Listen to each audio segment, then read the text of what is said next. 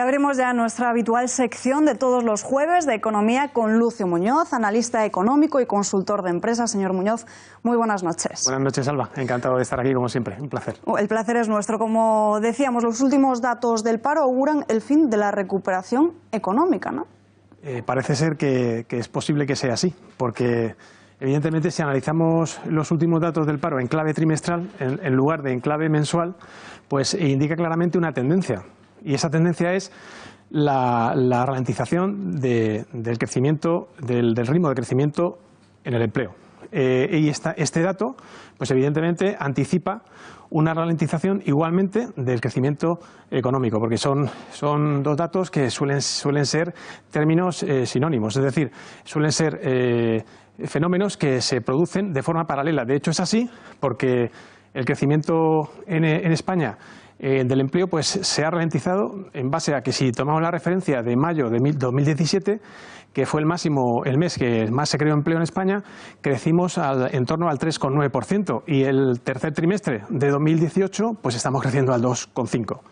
En cuanto al crecimiento del PIB, pues igual, en la misma medida. Venimos de crecer 3 años al 3%, y el segundo trimestre de 2018 estamos creciendo al 2,5%. Por tanto, esta tendencia ya es un hecho. Lo que ocurre es que el Gobierno, pues al igual que hizo Zapatero, no está informando de esta tendencia a los ciudadanos. Igual que Zapatero ocultó la crisis, en este momento se está ocultando esta ralentización del ritmo de creación de empleo y del ritmo de crecimiento económico. El fondo también descartaba ayer revalorizar las pensiones con el IPC. ¿Supone esto un fracaso del Pacto de Toledo y también de las medidas del Gobierno? Por supuesto que sí. Como acaba de decir la ministra, en el Pacto de Toledo se determinó que se ligaran la revalorización o la evolución de las pensiones, la actualización de las pensiones, al IPC. Y en este sentido, pues el Fondo Monetario Internacional ha recomendado al Gobierno pues todo lo contrario, es decir, ligar la revalorización o la actualización de las pensiones a otros factores, tales como pues el crecimiento del empleo, el crecimiento del PIB o el crecimiento de los salarios, o los tres factores conjuntamente. Lo que ha recomendado también el Fondo Monetario Internacional al Gobierno es mantener la reforma laboral y, sobre todo, mantener la relación laboral y retrasar la edad de jubilación. Evidentemente, mientras haya personas que sigan trabajando y sigan cotizando, pues no están recibiendo pues la prestación y no están gastando. Y sobre todo la reforma laboral pues ha demostrado que ha creado empleo, simplemente, que ha sido un éxito en la creación de empleo. Simplemente pues profundizar un poco más en ella y dotarla de más flexiseguridad para seguir creando empleo y dotar al mercado de más seguridad y más flexibilidad. Lo que prácticamente ha desechado el Fondo Monetario Internacional es, aparte de que ha recomendado una reforma global del sistema de pensiones, pues según sus estudios, evidentemente esta medida de vincular la actualización de las pensiones al IPC supondría un coste de 40.000 a 50.000 millones de euros desde el 2018 hasta el 2050. Si tomamos como referencia el salario medio y sobre todo que cada pensionista necesita dos contribuyentes y medio, dos cotizantes y medio, en función de estos datos necesitaríamos, desde 2018 hasta el 2050, necesitaríamos que se multiplicaran los cotizantes en función de, si ahora mismo hay 18,5 más o menos, pues tendría que haber en el 2050 33 millones, dado que los pensionistas que ahora mismo están en torno al 9,6 millones de pensionistas hay en España, se calcula que en 2050 habrá 15 millones. Este coste de 40.000 o 50.000 millones de euros que cuesta ligar las pensiones al IPC supondría multiplicar el déficit de la Seguridad Social, que está en torno a los 20.000 millones, por 6. Y también, dada la previsión de creación de empleo y sobre todo de los próximos años y sobre todo el ritmo de crecimiento tradicional, es decir, histórico, pues evidentemente no salen los números. El ajuste fiscal que solicita el Fondo Monetario Internacional rompe y desmonta todos los planes del Gobierno. Incluso le piden a Sánchez medidas creíbles. Por supuesto que sí.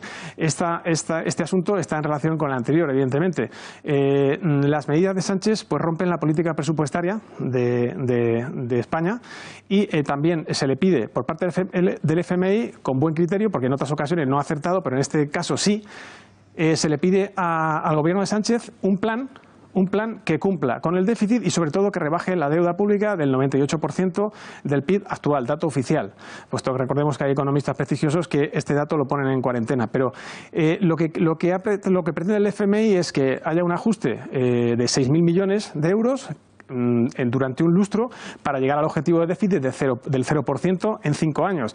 Si ahora el objetivo de este año es 2,7, pues llegar al año que viene al 1,8 y así sucesivamente vía ajuste de 6.000 millones de euros mensual hasta dentro de 5 años para conseguir el objetivo de déficit cero, y es la única vía para reducir la deuda y sobre todo para que no siga España el camino de Italia, que está en plena crisis de deuda. Recordemos que ha subido su prima de riesgo hasta 300 puntos básicos esta misma semana y evidentemente pues esto, si España sigue el camino de Italia, pues evidentemente la economía de la eurozona se desestabilizaría. Y esta es la recomendación del FMI a España. Sobre todo le ha dicho a España que o reducimos el déficit y la deuda o lleva adelante su plan fiscal, pero que es incompatible llevar adelante el plan fiscal del Gobierno y reducir el déficit y la deuda. Eso básicamente es el mensaje que ha transmitido el FMI. De hecho, le ha recomendado al Gobierno que no suba el IRPF, que no suba las cotizaciones sociales, que no suba el impuesto de sociedades y, por último, que no suba tampoco las cotizaciones sociales y el salario mínimo interprofesional, que también lo pensaba subir. Por tanto, o reducimos el déficit y la deuda o el plan fiscal del Gobierno. Ambos es incompatible. Y ya por último, señor Muñoz, ¿qué impacto va a tener la ley en las empresas, la ley que prepara el Gobierno para implantar la política de cuotas en el entorno empresarial? Bueno, pues en principio tenemos que tener en cuenta que esta ley ya se implantó en otro país europeo, en Noruega, con resultados nefastos. Es decir, a partir de la implantación de esta ley se comprobó que las multinacionales, las empresas cotizadas, porque no olvidemos que esta ley está enfocada en las grandes empresas, en las multinacionales y sobre todo las que cotizan en bolsa, estas empresas noruegas pues redujeron sus beneficios y sobre todo el valor de cotización bursátil también se redujo a partir de la implantación de la ley. Esto es una referencia que podemos tomar, pero el Gobierno no la ha tomado. En España, esta ley, si se lleva a cabo a través de, bueno, pues se titula la Ley de Igualdad Laboral, si se lleva a cabo, si nos centramos en la pura gestión empresarial, podemos anticipar lo que va a pasar. Evidentemente, pues una reducción de la productividad, de la competitividad y de la rentabilidad de las empresas y, aparte de esto, si también se reducen los beneficios, como pasó en Noruega, aparte de esto, por supuesto, la estructura organizativa de la empresa queda tocada. Digamos que el modelo de liderazgo de las empresas, sobre todo las multinacionales, las cotizadas, y el modelo de política retributiva quedaría tocado, puesto que si acceden a puestos directivos, tanto en comité de dirección como en el Consejo de Administración, personas que no tienen la capacidad suficiente, evidentemente a estas personas se le pagaría más de lo que aportan a la empresa y también evidentemente se convertirían en líderes. El resto de la plantilla no lo vería con buenos ojos.